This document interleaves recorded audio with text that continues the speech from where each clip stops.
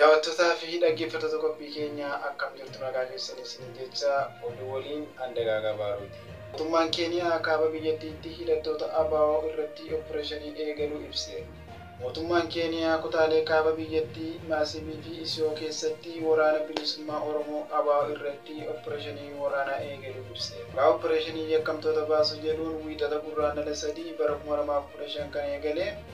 Opereeshiniin kun iddoo dahannoo WBO qulqulleessuu akka ta'e poolisiin Keeniyaa ibse. Opereeshiniin kun erga mootummaan Itoophiyaa fi Keeniyaa waliin ta'uun waraana bilisummaa Oromoo yakkoota adda addaa naannawaa sana keessatti raawwachuun himatanii eegale. Bara darbee ji'a hagayyaa gararummaa aangawoonni tajaajila nageenyaa fi tika biyyaalessaa biyyoota lameenii Finfinneetti wal arguun hidhattoota daangaa irratti akkasumas Keeniyaa keessatti hojii shororkeessummaa raawwatan jedhan qorachuu irratti opereeshinii cimsuuf kallattii haaraa kaa'uu ibsanii turan. Aangawoonni biyyoota lameenii daangaa irratti qaama yaaddoo nageenyaa uumaa jiru kaasuun wayita mari'atan maqaa shanii kaasan.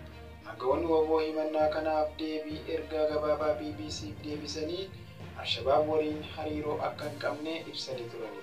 WBO yakkuunis waan haaraa miti. WBO qaama Alshabaab waliin waan isaa walitti fidu tokkollee hin jiru.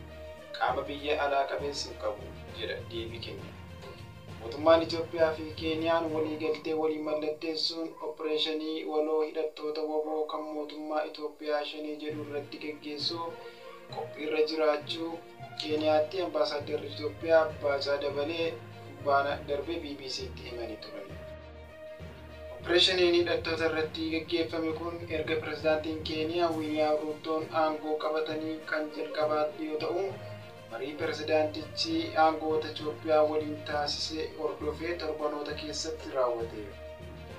Ji'a darbee pirezidaantiin Ruutoon Daayirektara tajaajila nageenyaa fi tika biyyaalessaa Itoophiyaa ambaasaadder Reediwaan Huseen waliin mari'atanii turani.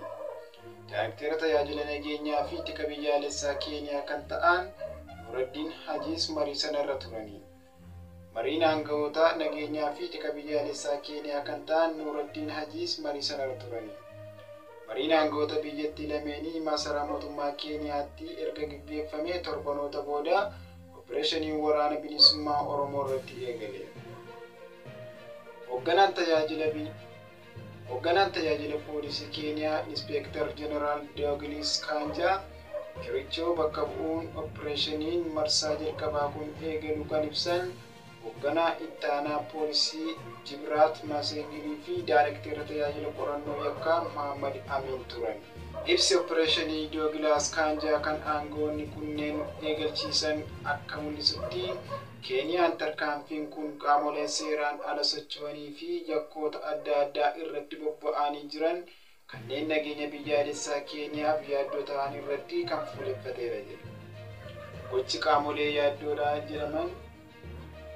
qaamolee yaaddoodha jedhaman kunneen daddabarsa namoota meeshaalee waraanaa fi qorichoota adda addaa seeraan ala albuuda baasuu, uummata gosaan walitti buusuu fi namoota ukkaamsanii maallaqa gaafachuu fa'i jedhan. Yakkoonni qondaala poolisiitiin eeraman kunneen bal'inaan Sololoo, Moyyaalee Kaabaa, Horii fi bulchiinsa Martii gama garii keessatti raawwate.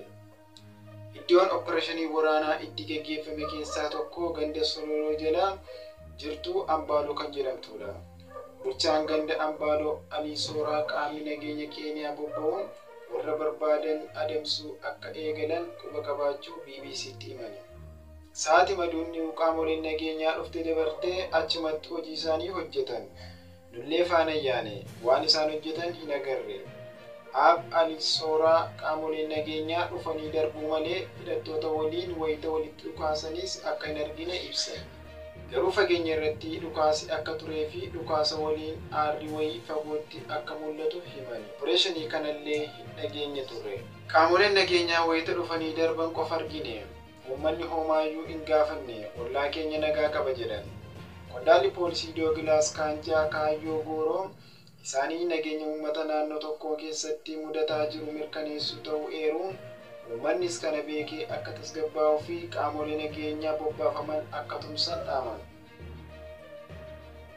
Hidhattoota opereeshinii irratti gaggeeffamuu eegale kunneen walitti hidhamiinsa maatii fi hariiroo aadaa jiruu fi jireenya Oromoo Booranaa Keeniyaa fi Itoophiyaa keessa jiraatan akka carraatti fayyadamuun isaanis maxxananii yakka raawwatu jedhe poolisiin keenya. Hidhattoonni kunneen kwaantiiwwan Siyooloo fi Marsaabiit keessa bal'inaan buufatanii akka jiranii fi akka socho'an eeruun qondaalli poolisii Doogilaas Kaanjaa akka ibsa qondaaltota poolisii kanaatti hidhattoota kunneen daangaa Keeniyaa fi Itoophiyaatti yakkoota akka uummata doorsisuu, humnaan qabeenya irraa saamuu fi shamarranii fi dubartoota gudeeduu raawwatu. Taalee biyyattiitti poolisiin Keeniyaa opereeshinii keessatti eegaluu ibsa kenneen gareen gurmaa'insa yakkoota adda addaa raawwatan heddummataa dhufaniiru.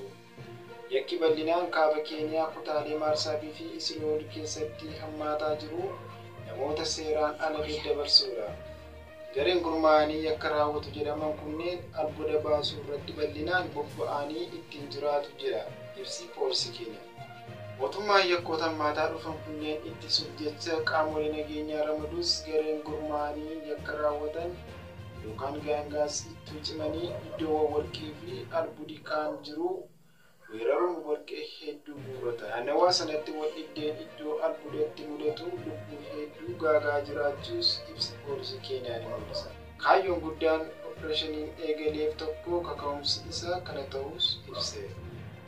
Dhaggeeffattoota keenya madda odeeffannoo keenyaa BBC Afaan Oromootii waan dhaggeeffataniif jaallatama.